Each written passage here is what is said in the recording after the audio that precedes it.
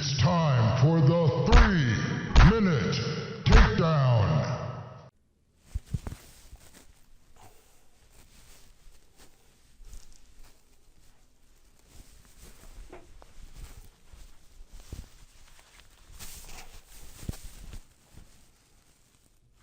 Hey there, America. This is Ben Goldman, and I'm here bringing you today's 3-Minute Takedown. But today, a special exception. I'm not taking down anyone. I'm actually going to be leaving that up to my special guest, Senator Tulsi Gabbard. That's right. You guys may know that Gabbard's currently running for President of the United States, at least the Democrat nomination for it.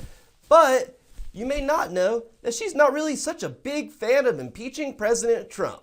In fact, apparently Tulsi decided that she was going to read the Ukraine call transcripts that Trump released. They released the full transcripts of his call with the Ukrainian President Zelensky, and Tulsi took it on herself, and rightfully so, to actually read those transcripts.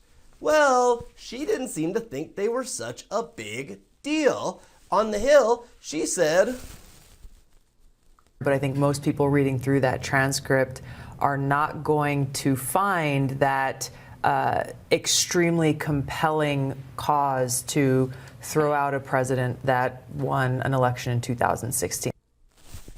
Wow, that's so interesting. Apparently Tulsi thinks that any reasonable person out there who wants to read those transcripts is going to find that there's nothing really that compelling to impeach the president over. She said before that she thinks impeachment would be an awful idea anyways because it would tear the country apart. And you know what?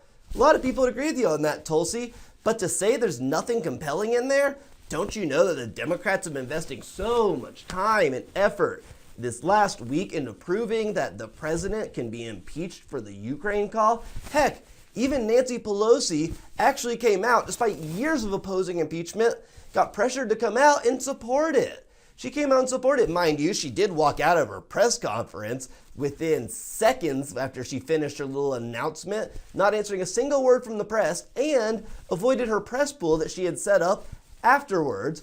But hey, I guess Nancy, maybe she's not the biggest fan of what she did, but that's what happens when you get pressured by the radical left. Tulsi here, on the other hand, who has struggled a little bit with the polls on her way up through the Democrat primaries, but she did get invited to the most recent debate. Tulsi doesn't feel that pressure. Sure, she supported socialized medicine, but she also supports taking a strong stance against China. She supports helping American businesses, and she supports having a strong military that doesn't intervene in foreign wars. Sounds a lot like President Trump. Maybe she should be a Republican. Oh well. For now, she's a Democrat, and she's crashing her own party by being the only one out there who's saying anything that's actually true. Because if you read the transcript, which you can go to my website, www.penmediainc.com, to find the transcript on the front page, but if you read through that transcript, it's only about 5 pages, there's nothing about President Trump offering quid pro quo, which is one of the Democrats' main claims. And there's absolutely zero mention of him withholding any kind of foreign funds from them in return for it, or any threat at all, honestly. But not only that, the president actually met with Zelensky today at the Ukraine, and Zelensky said the Ukraine wasn't pushed at all by the president to do investigations. Zelensky's actually very pro investigating foreign corruption into his government, and chances are he's going to be looking into the Burmesa Holdings, the company that Hunter Biden worked for that's causing the whole controversy. In case you didn't realize it, Hunter Biden got hired onto Burmesa Holdings back in 2014, right after after Russia annexed their Ukrainian peninsula, and Joe Biden actually was lobbying to get the Ukraine to hire more foreigners into energy companies. Hunter Biden gets hired onto this natural gas company. It's already under investigation at the time. England's even frozen the accounts of the CEO.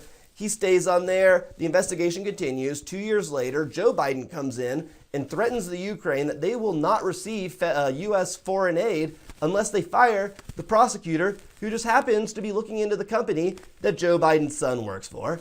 Does that mean he's guilty? Absolutely not. Does it mean it's worth investigating? Absolutely. So thank you. Again, my good friend, Senator Tulsi Gabbard, right here. What a mensch. Tulsi, thank you for being a reasonable Democrat in the age of crazy social media posts and declarations about impeachment that, frankly, sound a lot like Hollywood movie reviews. But there's at least some responsible Democrats out there still that are elected officials. Thank you guys for listening. Hope you tune in again. Remember to follow my Facebook page at facebook.com/Ben Goldman Show. And my Twitter at twitter.com@RealDannyGold. And as well, my news site. You can read all the articles, including the one with the transcript, Tulsi, the whole video, everything else up there. You can read that at www.penmediainc.com. Thank you guys for tuning in and looking forward to helping to bring some more news and take down some more people.